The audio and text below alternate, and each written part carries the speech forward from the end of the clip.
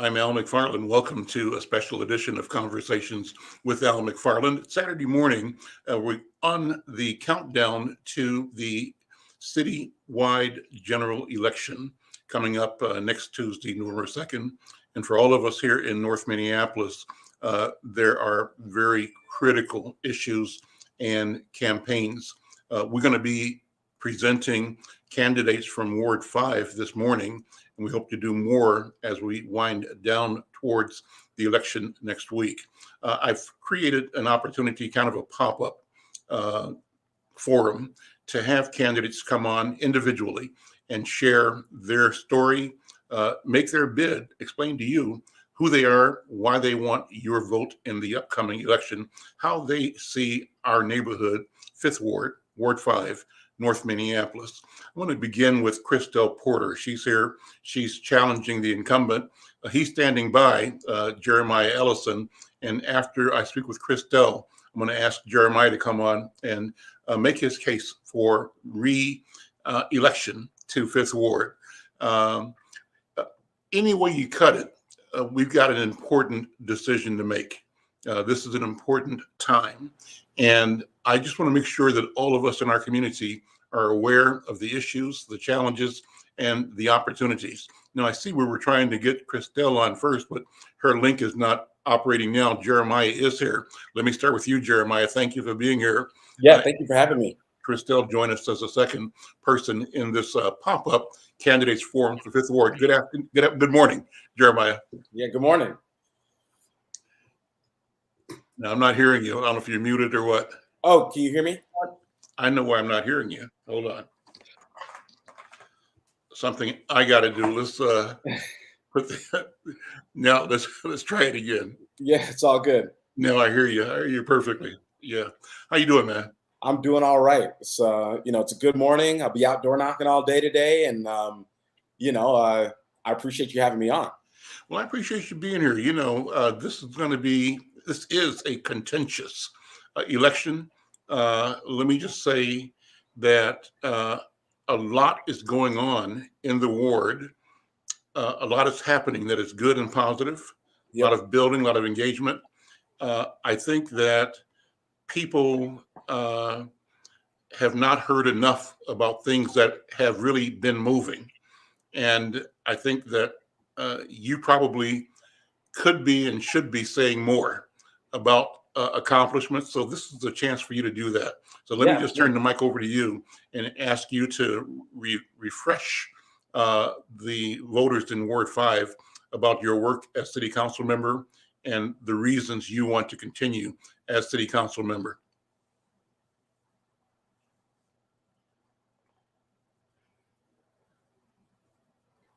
So I don't know are you still linked? I don't know if we got a bandwidth issue here at all or not. I'm back. Sorry, I don't know what's there we go. Everybody's having technical issues this morning. Yeah. Well, yeah, no, I appreciate the platform, and I appreciate the time to come out and talk with you, and yeah, this has been a really hectic last 2 years, especially. We have had a pandemic that we've all had to contend with, right? That nobody could have predicted. The whole world's been suffering from that. I think over 4 million people dead at this point from this deadly disease. We had the murder of George Floyd and a lot of unrest and turbulence that followed that. At a time when we really needed a public safety system that was working for us,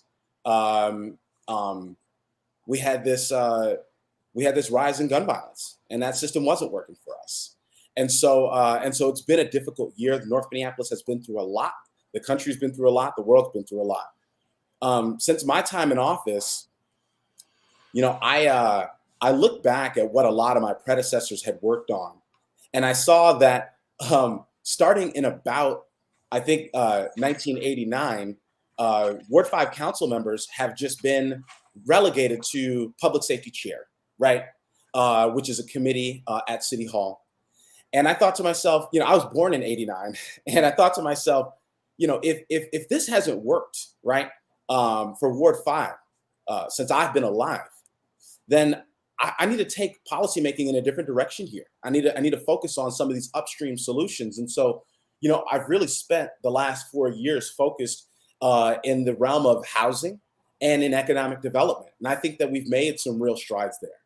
I think that when you have a pandemic and when you have unrest, those can be setbacks to 4 years of progress.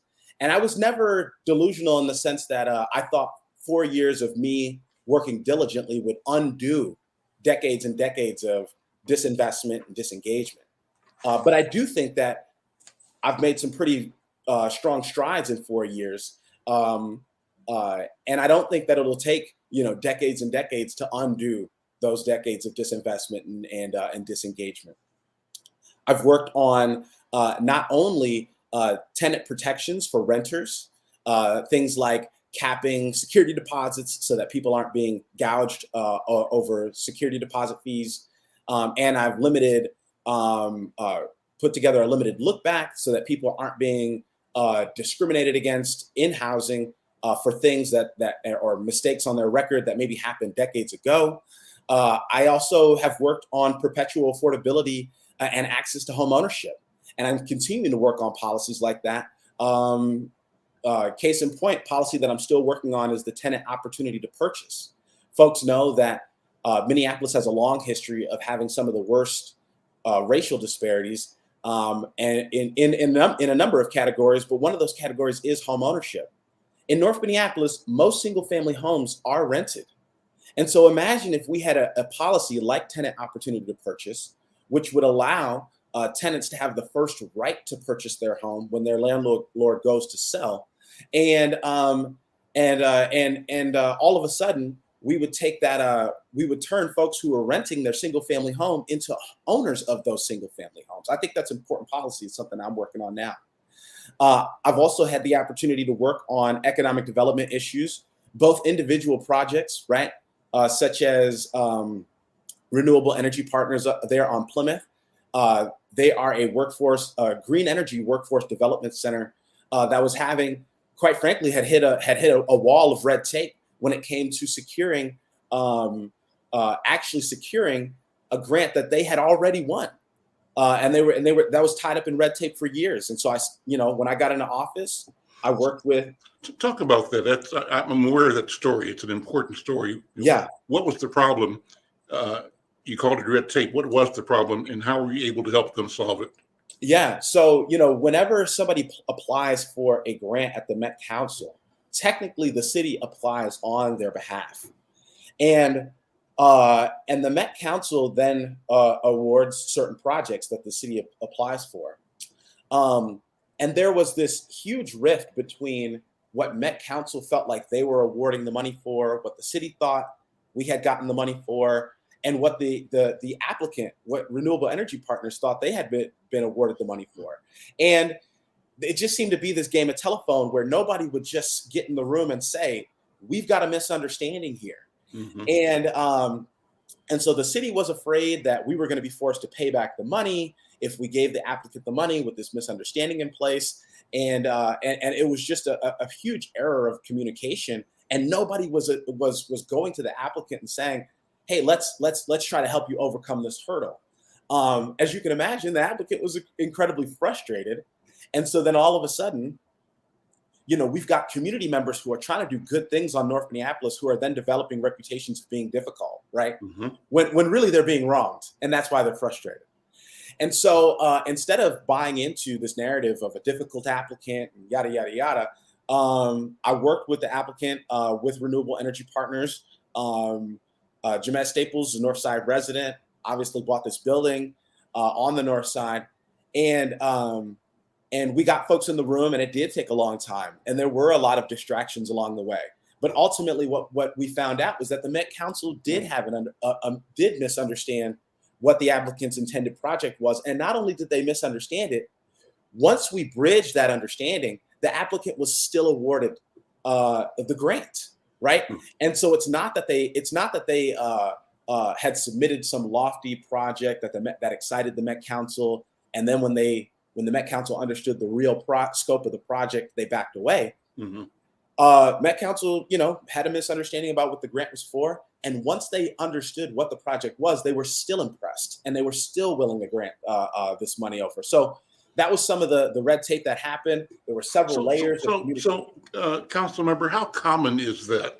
Because the story of frustration Oh yeah, of Black business owners, Fifth Ward business owners, is not a single experience. absolutely. And it seems to me that there is a willingness to keep North Side and Fifth Ward and Black businesses at the margin, to provide them no grace, no energy, and make their failure or denial a foregone conclusion. So that if they do succeed being ordinary, it becomes the exception, not the rule. What about that? Right. I mean, it's one of those double standards, right? Where you might have endeavors on the North Side. When we have good endeavors, good ideas that fail, what happens is that everyone on the North Side is then punished for that failure, right? The truth of the matter is that when you have something like, Worth Co-op, which was an incredible project that should have gotten the attention it got, but quite frankly, it didn't succeed, right?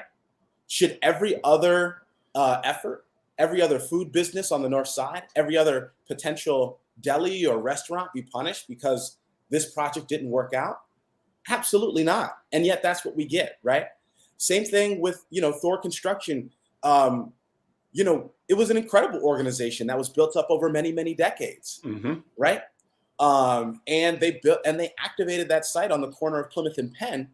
And, business being business, things didn't go their way, right? Eventually. Should the legacy of Thor be diminished after becoming one of the largest Black-owned construction companies in the country? Absolutely not. Should other Black-owned construction companies coming out of North Minneapolis then be punished for because this eventually when this one organization went under? Absolutely not. Right? White businesses, quite frankly, big and small, succeed and fail all the time. And it is not seen as a reflection of the white community when those types of things happen. It shouldn't be on the North Side either. And so that's why I'm always going to be willing to fight for North Side businesses to succeed, for anyone who's stepping up to work on workforce development, especially innovative workforce development ideas, to get what they deserve, to get the kind of service they deserve from their council member and from the city hall in general. And that doesn't just extend to renewable energy partners. It's a big part of why I wanted to create the Commercial Property Development Fund, which is a fund that I helped design the criteria for, and staff in the mayor's office were a big part of that as well.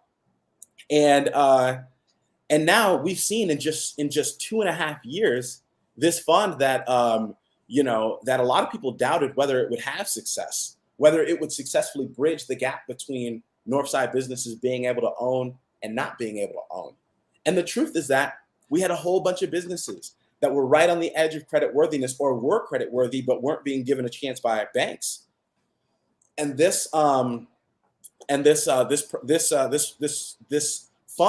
now has enabled a number of Northside business owners to own buildings on West Broadway, up on Lowry, and beyond, up into Ward 4. And so it's been a huge success. And I think we can go a little bit deeper and a little bit further. We can invest in Northside developers. We can invest in pre-development so that folks can actually pay for the designs of their buildings, not just buy a building and then not quite have enough money to pay for the architectural renderings and all that kind of stuff. So I think there's still a lot more to be done. Last question, Jeremiah Ellis. When you talk to somebody who's not from here about North Minneapolis, how do you describe our community? Say I'm just dropping in from Detroit or Washington, D.C. or Atlanta, and I want to know what's the vibe. Yeah, I might want to live, around the people. Yeah, and that could be North Minneapolis. Yep. What story am I going to get from you? And I'm concerned about safety for my family and myself. I'm concerned about, professional opportunity, about access, about civic engagement, about culture. what is this neighborhood? What do you describe as the character and the reality of North Minneapolis, of Ward 5 in particular? You know, truly the terms that I think of as somebody who's born and raised here, lived my whole life working here and living here. North Minneapolis, to me, is marked by our creativity and our resilience. Now, we shouldn't have to be resilient, but we have been for decades, right? And I think that is the character of the neighborhood. The reason there are issues in North Minneapolis is because this is a community. You cannot deny a community resources and engagement for 7, 8 decades and then expect that things are going to go perfectly in that neighborhood. There has been a deficiency in the service that we have gotten historically from our various levels of government, but there is no deficiency in the people who live here. And so let's take a look at some of the things that North Minneapolis has been able to grow and produce in terms of talent, in terms of people, right? We can look as recently as, folks like Tyler Johnson, right, who went on to the NFL. We can go back and look at Jimmy Jam and Terry Lewis, who created the Minneapolis Sound, came right out of North High School, right? The truth is that this is an incredibly creative and resilient community, and that people in North Minneapolis don't need to be empowered because we already have power, right? Residents of North Minneapolis already have power, but they do need to be equipped and stripped of the barriers that have been historically in our way, right? And that's what I'm coming in to do. That's why when I say I'm here to govern alongside you, I'm not here to come.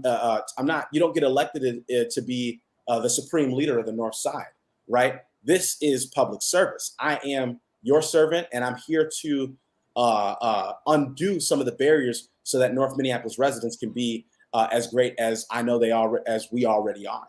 And so if somebody wants to know the real deal on North Minneapolis, they're welcome to come talk to me. And they might hear a lot of BS in the news about the deficiencies of the people here, but I'm here to say that is a false narrative, and that what you're going to encounter are a lot of people who are ready to be your neighbor, who are ready to show you a lot of love and a lot of grace, and who are ready to create the kind of community that we really deserve.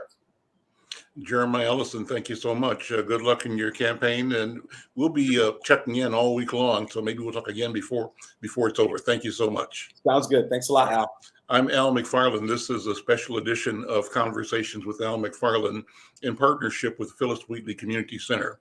We're down to the wire in the city elections coming up, and we wanted to take time today to do this pop-up public policy forum, town hall meeting, candidates forum, talking to candidates in the race for the 5th Ward City Council seat. Thanks to Jeremiah Ellison, the incumbent, the present holder of the 5th Ward seat. Joining me now is a challenger, Victor Martinez, another North Minneapolis resident, obviously 5th Ward resident. He's in community, I believe, doing work at a pumpkin giveaway. Victor, good morning. There we go. Good morning. Come get your pumpkins on Broadway. You're watching right now. They're going to be out here till 3 o'clock. Get your free pumpkin. You know what? Broadway, yeah. Where are you on Broadway? Cup Foods. Okay, great. So Broadway, Cup Foods, free pumpkins. Victor, just talked with council member, the incumbent, Jeremiah Ellison. I want to give you the same opportunity to talk about yourself, your candidacy, your vision, and how you see our community. So I'm going to just turn the mic over to you. First of all, take the time you need to establish in the mind of our viewers and listeners who you are and why you've chosen to seek to be elected to the city council representing Ward 5. Thanks, Al. Thanks for having me, man. Thank you for your flexibility, for being out here. I thank you guys. I've been here on the north side for 20 years. I graduated from Patrick Henry. I think I'm one of the few candidates that actually graduated from a public school here in North Minneapolis. I've done ministry work here for 15 years, 16 years. I've done financial literacy classes for decades in the Latino community here. I've done a lot of community work, helping to bridge the disconnect between people of color, people of low income, to the resources of our city and our county. Most people don't realize Hennepin County is one of the richest counties in the country, but yet we're very access poor. So that's where I've been focusing a lot of my energy. I've also served on the NERC board here in North Minneapolis. For those that don't know, NERC is the largest community organization in Minneapolis with the most diverse. Me and John Jamieson took that board from almost folding to creating his first headquarters. So I've been out here. I know the community. I know what they want. And last year, there's a lot of things said and done by this current council member that really affected my family, affected my church, affected my friends' businesses, affected my neighbors. The rhetoric that came out of the hashtag defund the police just came out this week with Nakima Armstrong, that the person that really started that whole movement is our current council member. She talks about how there was no input, little to no input from the community that's most affected by gun violence. And that really upset me, because I believe I was listening to a little bit of what he was saying. We are public servants. We don't push our own agenda.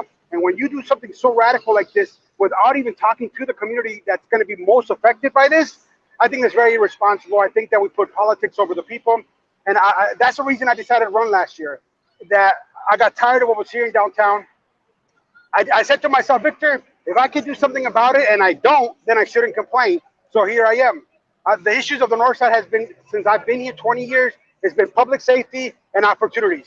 Public safety and opportunities. I talked to people that have been here since the 60s. They're like, Victor, we've been asking that since the uprest of 1967. And so that's what I decided to make my platform about. We have the worst business corridor in the city of Minneapolis. It's been the same since I've been here. At points it got worse. We got more murders on Broadway than I've ever remembered in 20 years. Things aren't going better. Things aren't getting better for community. You know, I've talked to over 2,000 people. Al, I'm not kidding you, over 2,000 people. My feet hurt, okay? My legs are going out on me. And I talked to the people at the door. And you'd be shocked of how many people have a bullet in their wall. Like at least once a week, someone's like, right there is a bullet. Right there's another bullet. It's like normal. This is not okay. And the defund movement that has happened in our city has obviously disproportionately affected our community. We have not only bad investment in our youth, which is the upstream issue in our community. I talked to Al Bangura. He told me, Victor, we've had the same level of youth funding for the last 20 years. We have the highest concentration of youth in the state of Minnesota on the North Side. 35% are under the age of 18. And so if only this council would have taken their cause up like they do with defunding the police, man, we would have radically changed our city for our young people. But you know, young people don't pay taxes. Young people don't vote. So people aren't really excited about helping young people. But now that we see them doing half the carjackings out here, now that we see we have over 35 kids under the age of 18 shot in Minneapolis, now we want to make a big deal about it. Once our young people become homeless, once our young people become drug addicted, once our young people get in the criminal justice system, now we want to help them. Like there's this thing called hot dots. I don't know if you've ever heard of them. No. Hot dots they're basically kids that the system tracks, and wherever they go, those kids go, they could get an idea where the next violent act is going to be committed. And so in my church, I dealt with hot dots, right?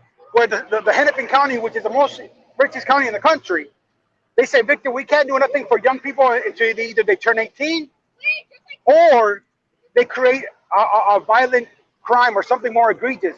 If they're stealing cell phones, if they're out in the middle of the night, if they're doing smaller stuff, the system does not help these kids right now. And so I want to bring back this downtown where they had a center for youth that were picked up for truancy, and they get taken downtown. R.T. Ryback started this.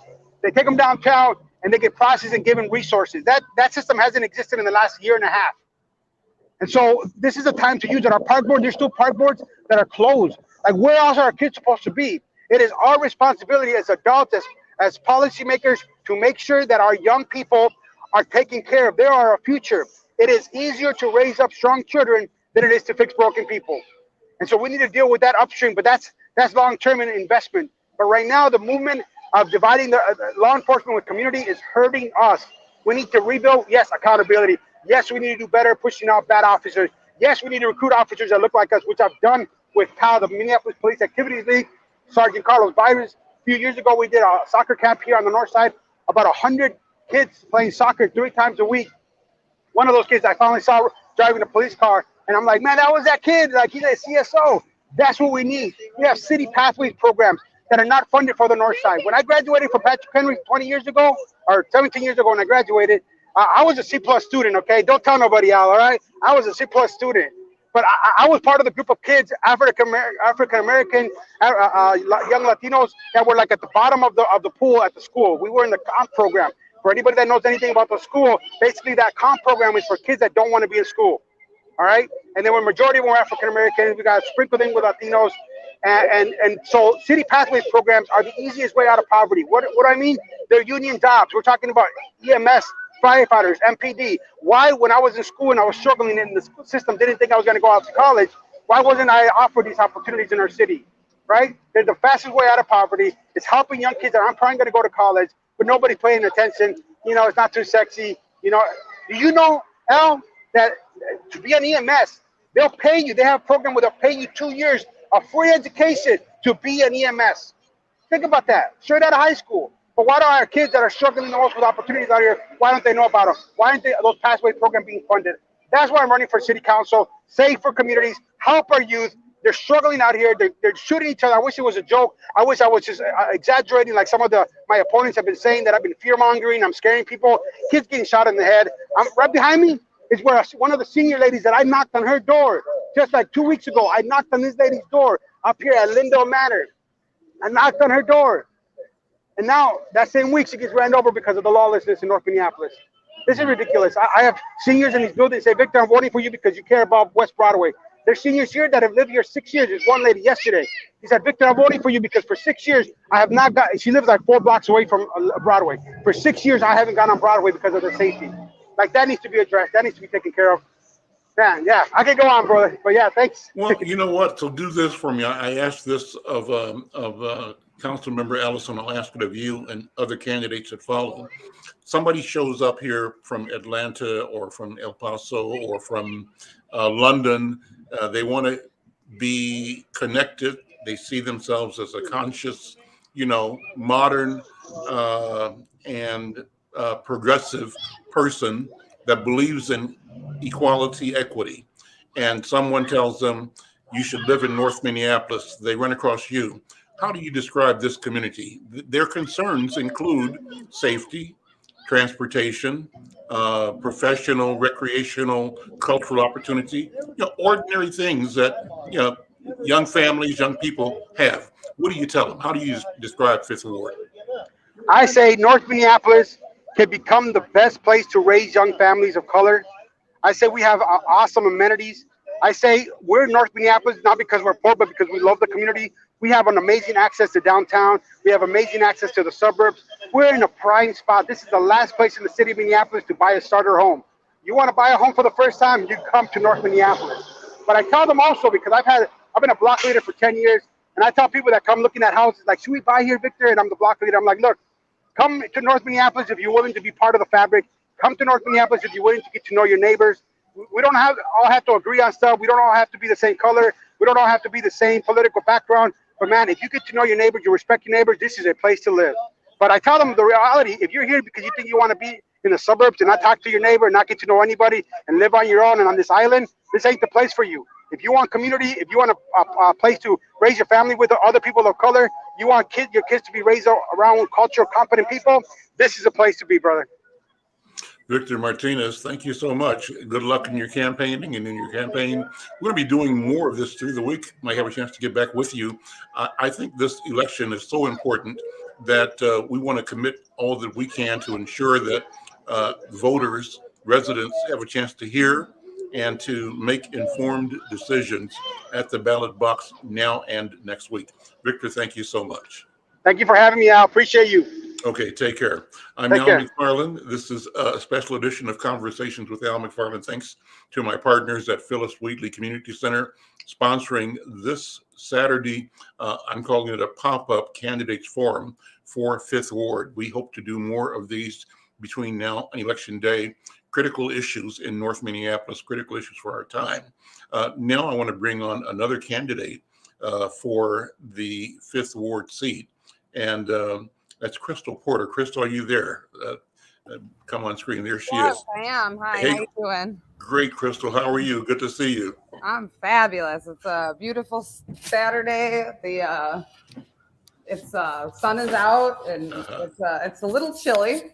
Yeah, but it's But perfect though. It's good. That's good. but it's beautiful. It's a Yeah. beautiful Well, day. Yeah. yeah. How are you doing, Al? I haven't I'm talked to you in a little while. I'm doing really well. I'm excited that we're getting close to the wire, down to the wire in this campaign. I'm excited by the quality of candidates. Number one, I'm excited that Crystal Porter has decided to put her hat in the ring and to push the envelope to try to ensure, from her point of view, that the residents of Fifth Ward get the very best representation possible. I think I can say that of you and of the other candidates as well. All of you represent, I think, the finest sense of civic duty and the sensibility of our people taking our neighborhood, our sovereignty into our own hands. So let me do this. I want to have you, let you know that we're streaming this live to the McFarlane Media social media, but we're also streaming nationally through the Black Press USA. So, you know, we have to always remember that what we do here, right in North Minneapolis, really affects people all over the world. And the issues are the same. And how we resolve them has to be done in a way that is exemplary everywhere. So that's why I'm excited to have this conversation. So, Crystal, let me ask you to take as much time as you need to talk about Crystal Porter and why Crystal Porter is running for and wants to be the next city council member for the city of Minneapolis' Ward 5. Crystal, you've got the microphone. Awesome. Well, yeah, so I've lived in North Minneapolis my entire life. I've raised my children here, and now I'm raising my grandkids here. I'm the executive director of MN Renewable Now, which is a renewable energy nonprofit here in North Minneapolis. We are the only nonprofit that's working and focusing on renewable energy and making sure that we connect people to those resources, and not just being able to have those resources for themselves, but also to get connected to opportunities so that they can join the fastest growing market in the world right now. Oftentimes, Black communities get left out when it comes to that. I used to be the executive director of Cleveland Neighborhood Association, and Cleveland Neighborhood Association is a community organization that provided really amazing events every single year. One of them was Live on the Drive. We actually hosted 3 concerts every summer. And when we did that, about 2,500 people would show up from all over the city. We were able to give a platform to local artists that never had an opportunity to perform in front of a crowd that big. I also hosted the North Housing Fair. The North Housing Fair was existed before I came about as the leader of Cleveland Neighborhood, but there's some adjustments that I made. So there was we connected a lot of renters to home ownership opportunities, but one thing that I noticed was we didn't have opportunities for people who own homes in North Minneapolis that were struggling. And a lot of us, we can't fix up our home because the prices are just too high. And so I actually brought in a bunch of handymen and women from North Minneapolis and gave them free tables to make sure that we connected those resources to homeowners. We also had a Black realtor section. And the thing about Black realtors is one thing I've noticed is they tend to work more closely, especially Black first-time home buyers. They hold their hands and walk through every step of the process. And really, really keep them close to make sure that nothing gets slipped through the cracks. That's so key and so important. I actually co-founded the United Black Legislative Agenda, which actually secured $70 million for Black communities across the state of Minnesota in 2017, and actually gained national recognition. And a panel actually was done at the Black Congressional Caucus in DC on the work that was done here in Minnesota. It was actually a really big deal. And from that, we actually got a lot of funding that trickled into META and NEON, which helped a lot of Black businesses start up. From that, we saw a lot of pop-up models, especially Black Friday events and things like that on West Broadway. So I actually coach gymnastics. I coach gymnastics currently. It's starting November 8th for North Henry and Edison high schools. And I've been coaching in the parks for 16 years. I've been coaching soccer from kids all the way from 5 years old up to 16 years old. And, you know, this is stuff that I do, that I care about the community. I love them very much. And this is time that I've spent aside from my family and aside from the work that I do. I've done a lot, but the thing is, you know, the things that I've been able to do, despite being a single mother, despite coming from a troubled background family. I actually left home when I was 14 years old, and you know, had to raise my kids. I had my first apartment at 16. But I still managed to graduate high school, head of the class, a year before my class. Had 2 years of college under my belt by the time I finished high school, and I actually graduated from Augsburg College with a degree in political science and a minor in chemistry. Went on to work for U.S. Senator Al Franken, did constituent services for him, and then I served over 300 families, and I was an employment services provider in North Minneapolis. Helping people find work and jobs, or education and housing. I currently own a duplex in North Minneapolis on 23rd and Thomas, and I've been able to help about 5 families now navigate from homelessness to home ownership right here in Minneapolis. And the reason why I bring up housing so much is because that is the key. Okay, we talk about crime in North Minneapolis, and the big issue is lack of stability and lack of opportunity. You know, it's hard to be able to operate successfully if you don't have a roof over your head, and if you don't have the ability to build wealth, and your parents haven't had the ability to build wealth. We talk about building affordable housing all the time, but how are we going to continue to build affordable housing when we know that people that need affordable housing just haven't had the opportunity to build wealth? So right now we have a current housing market right now that's almost impossible to enter, especially if you're a Black family in North Minneapolis. About 10 years ago, you could buy a home for $50,000 to $60,000, and now it's about $200,000, $250,000 to buy a home. And that is a home that's dilapidated, that needs a lot of work, and you're going to have to take out a $50,000 to $100,000 loan to fix the structure and foundation and the roof. And that's just not okay. So we need to build more affordable homeownership models that people can have an easy entry into the housing market. We have a lot of empty lots in North Minneapolis. If you drive around, you'll see them. There's about 300 empty lots. I would like to work with the local developers. We have local developers right here in North Minneapolis, not just outside, right here. We have Kenny McKnight, we have Devin George, we have Dean Rose, we have Tim Baylor, Calvin Littlejohn, Ian Alexander. We have people that live right here in North Minneapolis that actually want to do that development, but we are not giving them the opportunity to do that. We need to streamline the ability to finance affordable ownership models. If there's an empty lot, that's a clean slate. That's an opportunity to put a condominium there, a townhome, tiny homes. Not everybody needs a 4-bedroom, 5-bedroom home. A lot of people are having smaller families because the cost of living is so high. And what would it look like if I were able to have access to a housing stock that actually, a large housing stock that had a 1-room plus loft that I could enter into a housing market, pay $50,000 to $70,000 to get into this place, and then sell it after 5 or 6 years once I build some equity and get into a larger home and I decide to have a couple children, then other people can move into those spaces. Also, we keep forgetting about our seniors. I'm going to bring this up, and I've brought this up many times in this campaign, because I don't think that people understand how serious it is.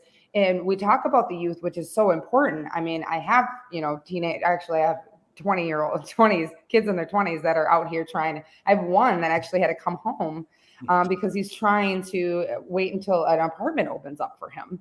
And he wants to live in North Minneapolis. And so, that's an issue. But at the same time, our senior population is scheduled to double in the next 5 to 7 years. And we don't have anything on the docket for senior housing at all. That's not okay. And not every senior in North Minneapolis can qualify for low-income housing. Most of the senior homes are public housing or low-income housing. Al, if you wanted to sell your home, in Homewood, you would have to actually, you wouldn't qualify for any of the senior homes in North Minneapolis. You would actually have to leave the city of Minneapolis to be able to get into some housing. Even the low-income housing can take 3 to 5 years to get into.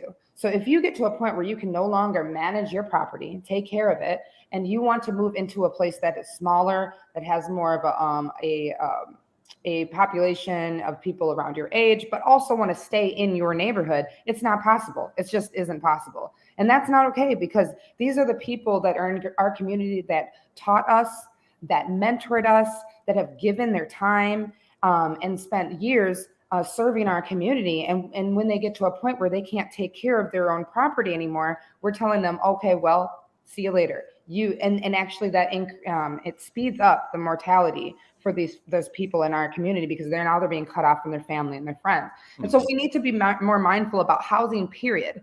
Housing is the reason why it's also so important is because it gives people that stability. I'm a single mom. I've been a single mom since I was 14 years old. So I know what it's like to move every single year. One time I had to move 6 times in 1 year.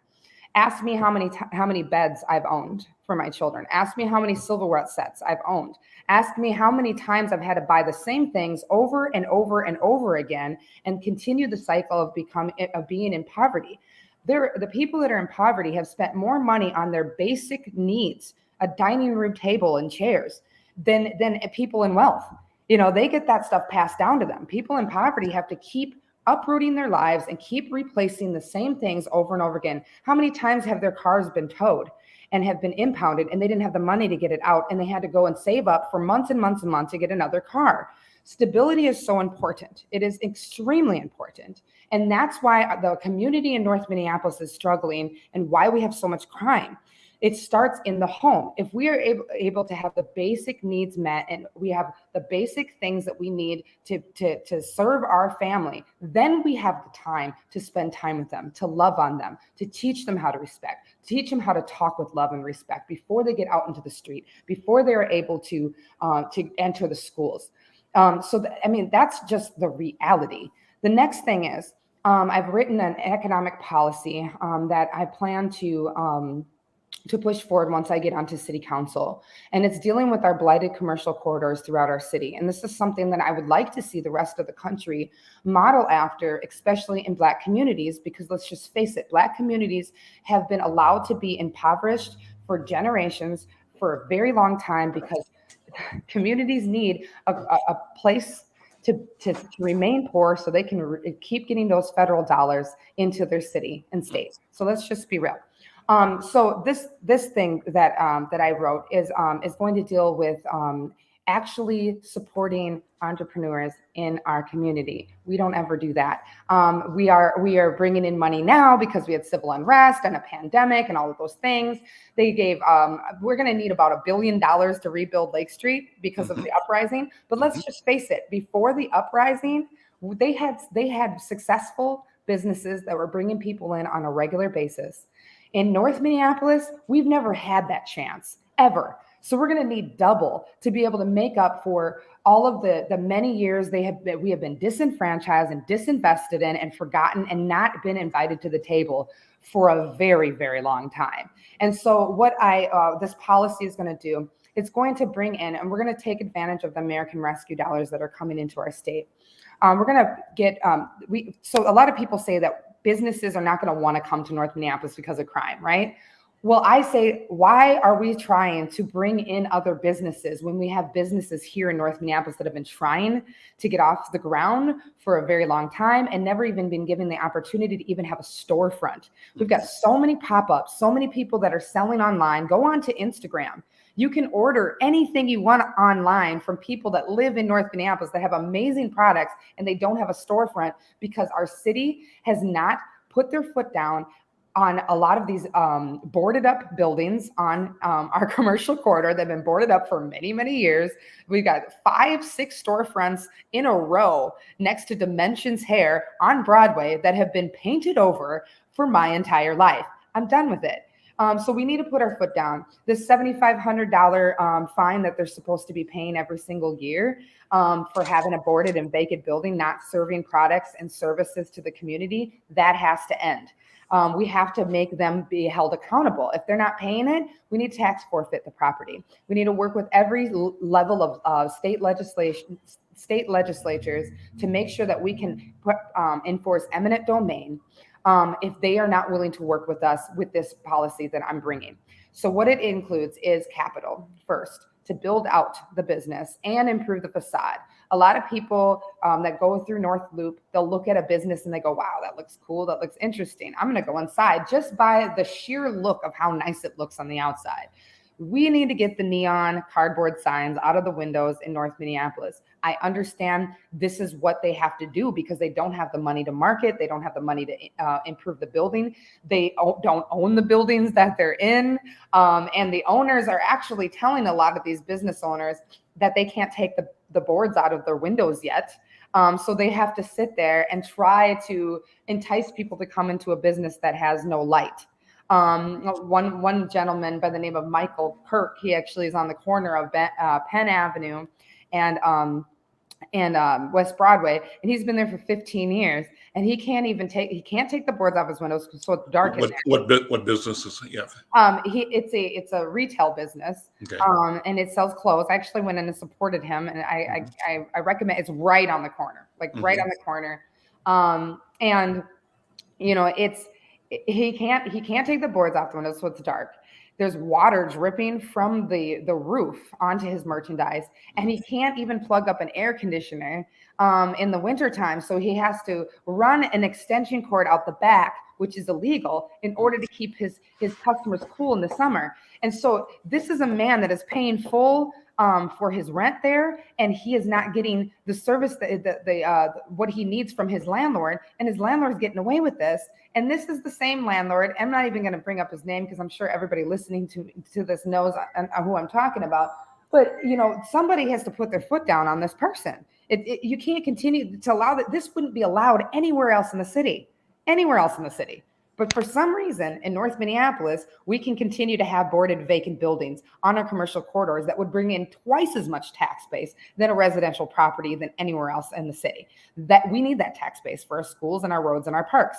So the next thing would be a 50% employee wage subsidy. This is a 5-year program. We have a step-up program in Minneapolis that provides employment for youth for nonprofits in Minneapolis, so youth can go get a job in the summertime. This would be an adult version. So it's a 50% employee wage subsidy that we would provide for businesses on blighted commercial corridors throughout our city. So that way they could pay $7.50 an hour to an employee, and the city would kick in the other $7.50. So if they can pay people $15 an hour at the very minimum, and then on top of that, in order for them to get this, they would have to hire people in the zip code where they are, where the business is. So that way they're boosting employment within the community. The next thing would be marketing.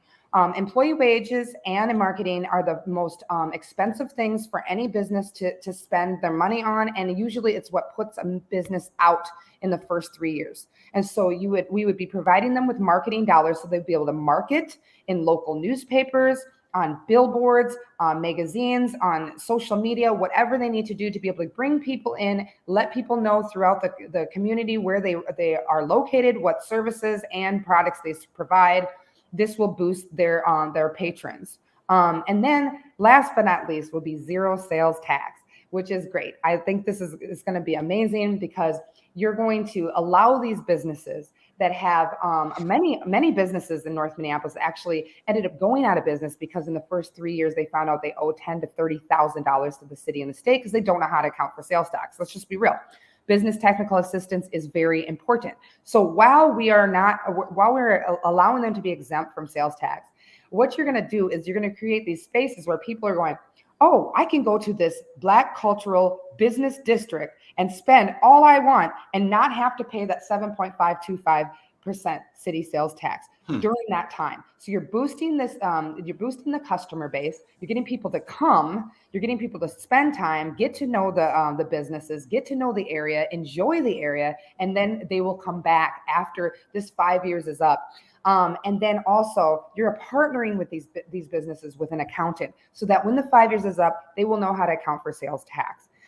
This is something that's going to help. It's a city level reparations program for businesses that are Black, BIPOC owned, and on blighted commercial quarters that have been blighted for a very, very long time that deserve to have this investment. It's also going to provide, it's going to boost sales and it's going to boost employment for our community. When you boost employment in our community, you've got employees that will show up and they have a vested interest in the store, in the business.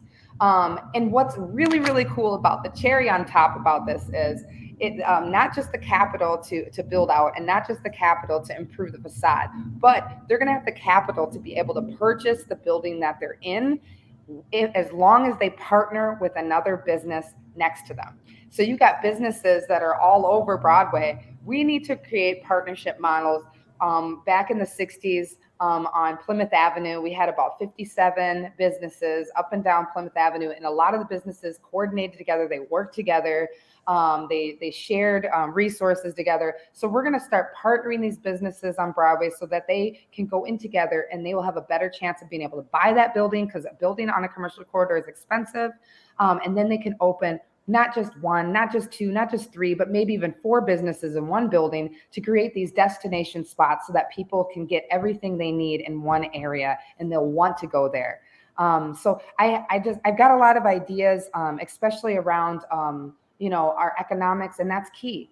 Unemployment is inextricably linked to crime, and we talk about crime all the time, but we need to be real about what are the underlying issues that are getting us into the crime rate that we are seeing right now. I understand that the uptick in violence is directly linked to the fact that we have only 361 officers in the city of Minneapolis right now. 31 of them are on leave. That means we've got about 3 to 5 officers between 394 and Brooklyn Center right now. And then also, in 2019, we had 69 carjackings. 2020, we had 268. And now we're at 380 carjackings in 2021. The majority of them, over 80% of them, are boys under the age of 18 years old. And the police officers, if they can catch up to them, if they can get them, they actually bring them to JDC and they can't even book them. They can't even book them because they're not taking anybody for COVID, because there's COVID and the pandemic. So there's no repercussions to actions. And it's going to go back to the same from when I was talking in the beginning. It all starts in the home. We have to provide people with a stable environment. As a mother, if my child acts out and does something that they're not supposed to do, my job as a mother is to teach them, to discipline them, to make sure that they don't do that again. And we're in a situation right now where we have a lot of young people that are committing crimes, that are doing things, and they have a sense of lawlessness because there's no repercussions to their actions. There's nothing, they know that nothing's going to happen if they continue to do what they're doing. And so we have to make sure that we are mindful about hiring officers that are coming from our community. We have an inspector right now, Charlie Adams. I talk to him regularly. He coaches football. Him and his son coach football at North High School. I coach gymnastics at North High School. So we talk on a regular basis. And he's from the North Side.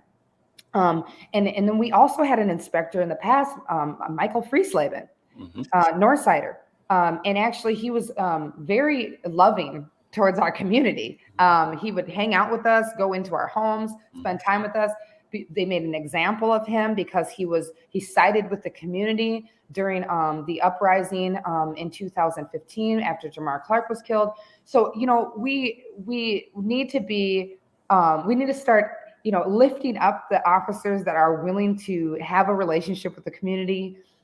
Instead of making an example out of them, making a positive example out of them and say, this is what we want. If we can get more people like Officer Freeslave and Officer Adams into our community, then we wouldn't have these negative interactions with the police. We're hiring people that are in our community, that are from our community, that look like us, that know what it's like to be us. And that's going to be key. It's so important. And the reality is being an officer is traumatic. When you're dealing with everybody at their worst, that's traumatizing all the time. I was talking to a Black woman officer the other day, and I asked her, what time do you get off today? She said 6 p.m. I said, what time did you start? 6 a.m. I said, well, how many days a week are you working? She said, 7 days a week. Wow. Do you want somebody over the legal limit of overtime working with people at their worst that has a gun on their hip? No, we don't need that. Nobody needs to be doing that. Stressed. Yeah. Yeah, I don't want anybody cooking my food that works that much, And so we need to be really mindful about what we're talking about. When people are saying, let's vote yes for Minneapolis, let's vote yes on this public safety charter amendment, what do you think that's telling the officers that are out there dealing with everybody at their worst 12 hours a day, 7 days a week? That means that when you take away the minimum of police requirement on the charter, then what you're saying to these officers that don't have any help so they can take a day off, they don't have to hire anybody else. And if you don't think that we're going to probably end up with a 100% police strike after November 2nd if people vote yes on this, then, it's very possible, And so what does that mean for Black communities? We've lost more Black people in the last year and a half than we ever have in my entire life that I've been living in North Minneapolis. Let's look at the facts here. So instead of being reactive, we have to be proactive, and a lot of times we just need to step back, look at the whole picture, and have some common sense. Why are the police acting the way they do? Why is the culture like that in the police department? I know there's things that we can't do because our hands are tied, because a lot of state laws require us to have to kind of sit back and allow certain things to happen. But the reality is, what can we do on a city level? The things that we can do is be very, very serious about making sure that we develop the relationships between the people in the community and the police officers themselves. And that would increase the amount of police officers that would want to be, the amount of civilians and people that live in the city that would want to join the police force. And lastly, I'm going to say I was talking to a gentleman that lives over north.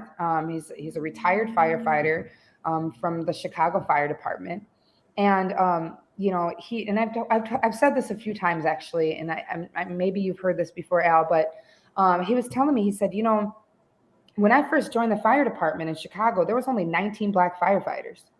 99% of the 911 calls we were responding to Black people, and he's like, we were upset as Black firefighters that this was the issue. And so what they did was they were very serious about boosting a cadet program and making sure that they went into the churches and the schools and the parks, and they developed strong relationships with the families in Chicago. And so what came out of that is 3 short years later, they went from 19 Black firefighters to 1,000 Black firefighters. Wow. And not just Black firefighters, not just any old Black firefighters. I'm talking Black firefighters that grew up and in the city of Chicago. Know their neighborhoods. Yeah. Yes. And so when they show up to these 911 calls, the chances of them knowing the people that they're serving, are much greater. And that's what we need. We need people that show up when I'm in a crisis. If somebody abused me, or there's something happening on my property or at my job, and I'm calling 911 and the officer shows up, and I know them because they rung up my groceries at one point. I taught them in the public schools at one point. That's going to be we're going to see a huge change on how we get served by the police department, because we now have a relationship with them. And the officer that's showing up, because they know me, they're going to go up above and beyond and serve me in a way that somebody that's coming out from greater Minnesota wouldn't be able to serve me, because they care about me and they know me. And so, a lot of it is just common sense. I've ran and owned businesses throughout my life, and any great businesswoman or man would know, in order to have a strong and healthy workforce, we need to hire more and we need to fire more. And I'm going to keep saying that we need to hire more and we need to fire more. And we also need to pay more. We need to incentivize more. And so, a lot of people will probably go, oh, well, she needs to pay more police officers more money. But the reality is pay doesn't just mean money. It also means time, benefits, healthcare. And I was talking to my neighbor, Cliff, who's an officer for Minneapolis MPD. And he said, Christelle, I'm tired. I talked to his wife too. I said, what do you do when your husband's out there working? What do you do? She pointed at the front doorstep and she said, that's where I sit. I sit until he gets home from work. This is a Black officer in North Minneapolis. He lives in North Minneapolis. Mm-hmm. And he said, Christelle, I want there to be, I want it to be mandatory that every 6 months I have a mental health check. I want to be checked in on. He's like, and every 3 months, I should be forced to take 7 days off. Period. Unplug, disconnect. Yeah.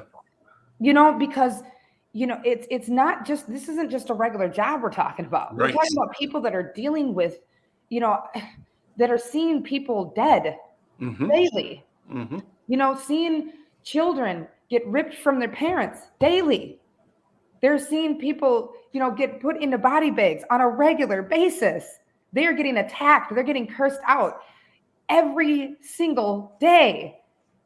And I actually, I passed the firefighter test 3 times. A lot of people don't know this, but I was going to be a firefighter.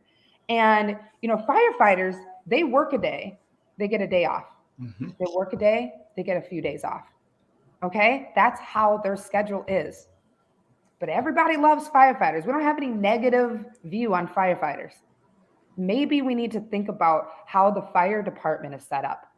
And maybe we can model the police department after that too. So, yeah. Listen, Crystal, you're an easy interview.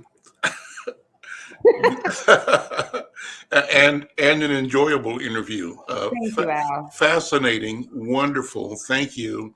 And I'm glad that you took this opportunity to sort of give people a panoramic view of the community that you see and the community that you envision. And again, I want to thank you for deciding to be a candidate and for the history and the future of your service to our community. Well, I think that concludes my program today. We're going to be trying to do more of this through the week.